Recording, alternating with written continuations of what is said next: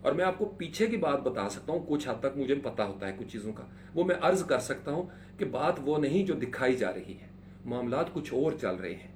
ملک کا اجتماعی طور پر ہم نے سٹرکچر دیکھنا ہے، اور سٹرکچر پہ میں ہمیشہ رہتا ہوں، بڑی بات کرتا ہوں کہ یہ نظام بگڑ چکا ہے۔ اب اس نظام کو جو بھی چلا رہا ہے وہ سارے اس بگاڑ کے ذمہ دار ہیں، ون وے اور اندر۔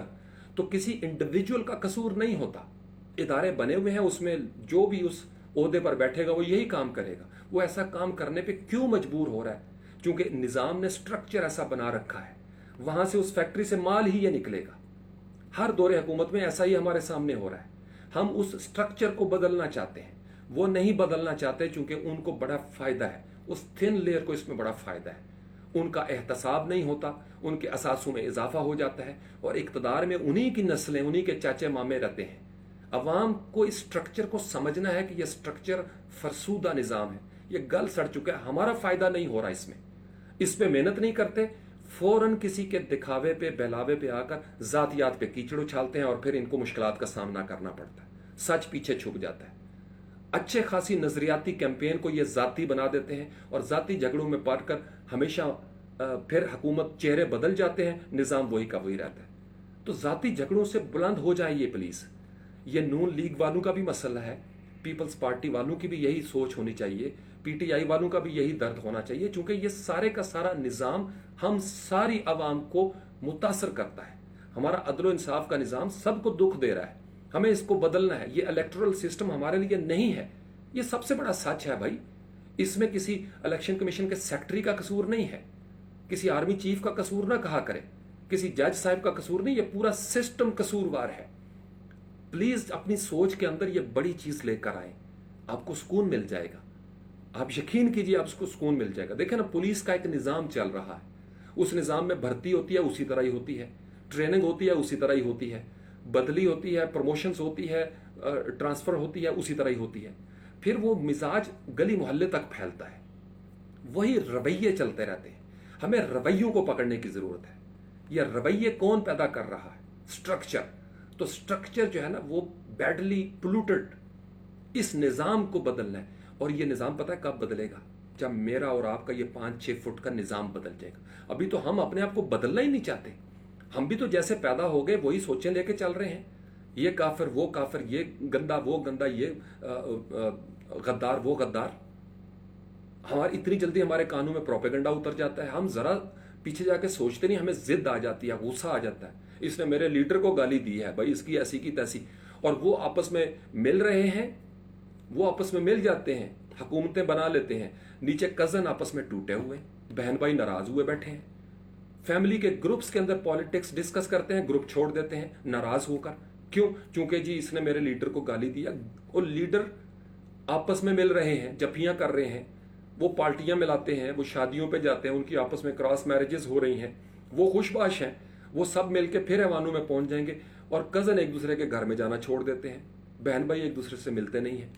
تو یہ بنیادی باتیں میں نے آپ کو سارا اختلاف بتا دیا، ضد بھی بتا دی، اسلام کے حوالے سے، فقہ کے حوالے سے، مسلکوں کے حوالے سے، احادیث کے حوالے سے۔ یہ it is up to you now, یہ آپ کی چوائس ہے۔ میں نے چوائس کر رکھی ہے، میں نے چوائس کر رکھی ہے، مجھے امن کے ساتھ رہنا ہے، مجھے فساد سے بچنا ہے، اور اپنی دانست میں بچنا ہے۔ اس لیے میں انعام یافتہ کے پیچھے چلنا چاہتا ہوں۔ میں نے اس لیے اساتذہ کرام بڑی محبت سے ان سے یہی سیکھا ہے، امن کی بات سیکھی ہے، محبت کی بات۔ اور میں نے یہی سیکھا ہے کہ آپ نے معرفت محمد صلی اللہ علیہ وآلہ وسلم کے باب میں کوئی سمجھوتا نہیں کرنا۔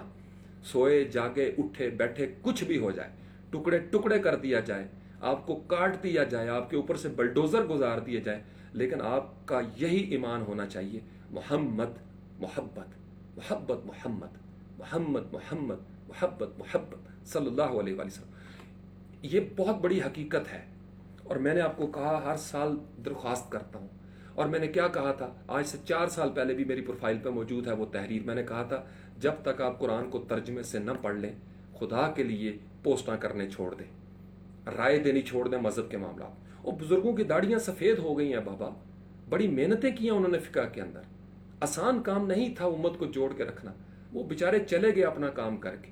آپ نے اپنی قبر میں جانا ہے،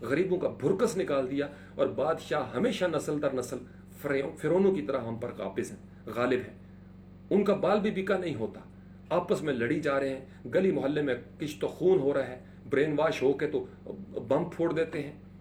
کبھی نہیں سوچا، چونکہ اتنی ریسرچ ہی نہیں کبھی کی، بس جس لایا گلی اس نال میں ٹر چلی، ذرا ذرا سی بات پہ فتوے کو دوڑتے ہیں۔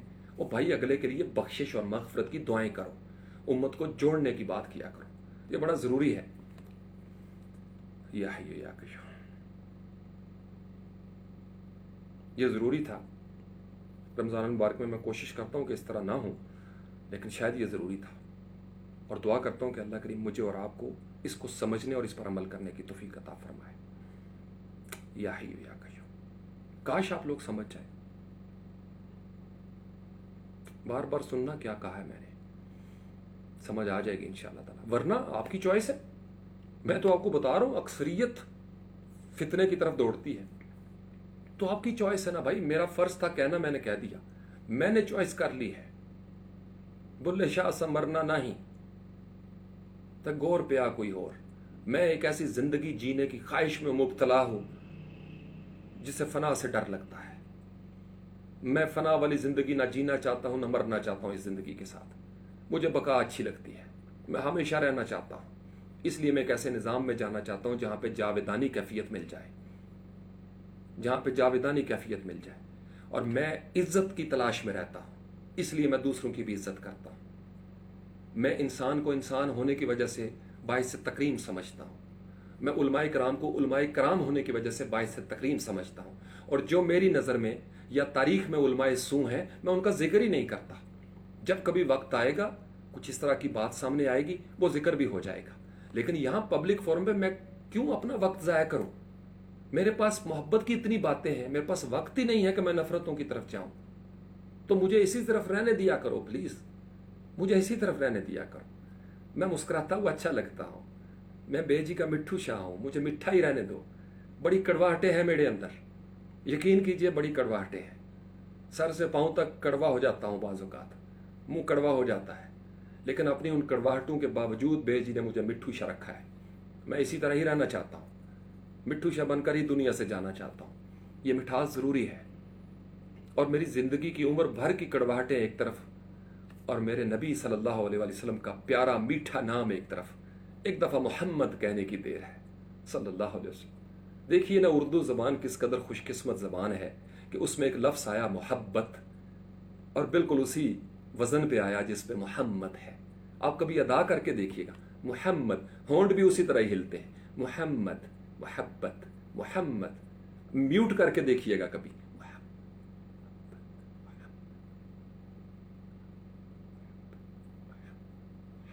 صلی اللہ علیہ وآلہ وسلم۔ کیا خوبصورت لفظ آ گیا اردو زبان کے پاس، محبت، محمد صلی اللہ علیہ وسلم۔ اتنا کافی ہے نا نصاب، اتنا نصاب کافی ہے بھائی، نصیب سنور جائیں گے۔ زیادہ لمبے چوڑی ڈگریوں میں نہیں جانا چاہیے ہمیں، بس اتنا کافی ہے۔ اسی کے ساتھ زندگی گزارنی ہے علی بیٹے، اسی کے ساتھ آخرت میں چلے جانا ہے۔ محمد، محبت صلی اللہ علیہ وسلم، سب کے لیے محبت بنیں گے، ہر اس انسان کے لیے جو نبی پاک علیہ السلام سے پیار کرتا ہے۔ اگر کوئی انسان، کوئی بدبخت ایسا ہمارے سامنے آ گیا جس نے نبی کریم صلی اللہ علیہ وسلم کی شان میں گستاخی کی، پھر ہمارے پاس یہ محبت نہیں رہے گی۔ اپنے محبوب کی خاطر ہم لڑ مرتے ہیں، یا ہماری گٹی میں پڑا ہوا ہے، یا ہمارے ڈی این اے میں شامل ہو گیا ہوا ہے۔ دنیا اس کو آج نہیں سمجھ رہی، آن قریب سمجھ لے گی۔ یہ ہمارے خلیے کی پکار ہے، چونکہ امت مسلمہ تمام پیغمبروں کا احترام لازم سمجھتی ہے، یہ فرض ہے ہمارے اوپر۔ ملائکہ کا احترام فرض ہے ہمارے اوپر لازم ہے کہ ہم کسی انسان کو انسان ہونے کی وجہ سے نفرت نہ کریں۔ سکھ بھی قابل احترام، ہندو بھی قابل احترام، عیسائی بھی قابل احترام، یہودی بھی قابل احترام ہے، اور ہمارے اوپر حکم ہے کہ جب تک کوئی آپ کے اوپر چڑھائی نہ کرے، جنگ نہ کرے، آپ ان کے اوپر جا کے شب خون نہیں مار سکتے۔ اور ہمیں یہ حکم ہے کہ جنگ بھی ہو جائے تو ان لوگوں کو نقصان نہ پہنچانا جو جنگ میں براہ راست یا بالواسطہ شریک نہیں ہے۔ ہمیں یہ حکم ہے کہ ان کے کھیت نہ جلانا، ہمیں یہ حکم ہے کہ ان کی لاشیں مسخ نہ کرنا۔ یہ ہے پوری تعلیمات، اس میں بزدلی یا ڈرپوکی نہیں ہے۔ تعلیم پوری لیا کریں، پھر بات پوری سمجھ میں آ جائے گی۔ صرف بے وقوفی کے ساتھ کسی طاقتور ملک کو للکارنا ایمان نہیں ہے۔ صلح حدیبیہ بھی ہوتی ہے، غزوہ خندق بھی ہوتا ہے، بعض اوقات پیٹ پہ پتھر باندھنے پڑتے ہیں، بعض اوقات شرائط ماننی پڑتی ہیں، آپ کو دیکھنا یہ ہے کہ آپ کہاں پہ ہیں، بعض اوقات کعبے میں بت برداشت کرنے پڑتے ہیں، بعض اوقات اپنی جنم بھومی کو چھوڑ کے ہجرت کرنا پڑتی ہے، وہ بزدلی نہیں ہوتی، آپ کو اپنی گراؤنڈ ریالٹیز پہ نظر رکھنی پڑتی ہے۔ بیوقوفی ایمان نہیں ہوتی، یہ یاد رکھیے گا، بیوقوفی ایمان نہیں ہے۔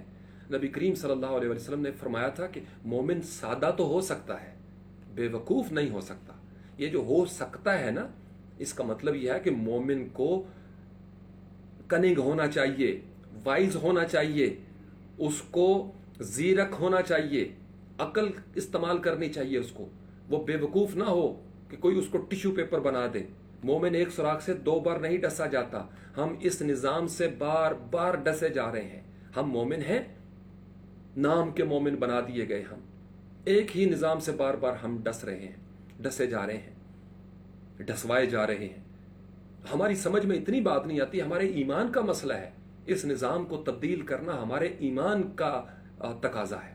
ہم کیوں اس ایمانی فرض سے پہلو تہی کرتے ہیں بے ایمانوں کے کہنے پر؟ بے ایمان تو کبھی نہیں چاہیں گے کہ ہم اس طرح کا ایمان لے آئیں، کیونکہ اس نظام کے ساتھ ان بے ایمانوں کا اقتدار وابستہ ہے، ان کے اقتدار، ان کی نسلوں کا اقتدار وابستہ ہے۔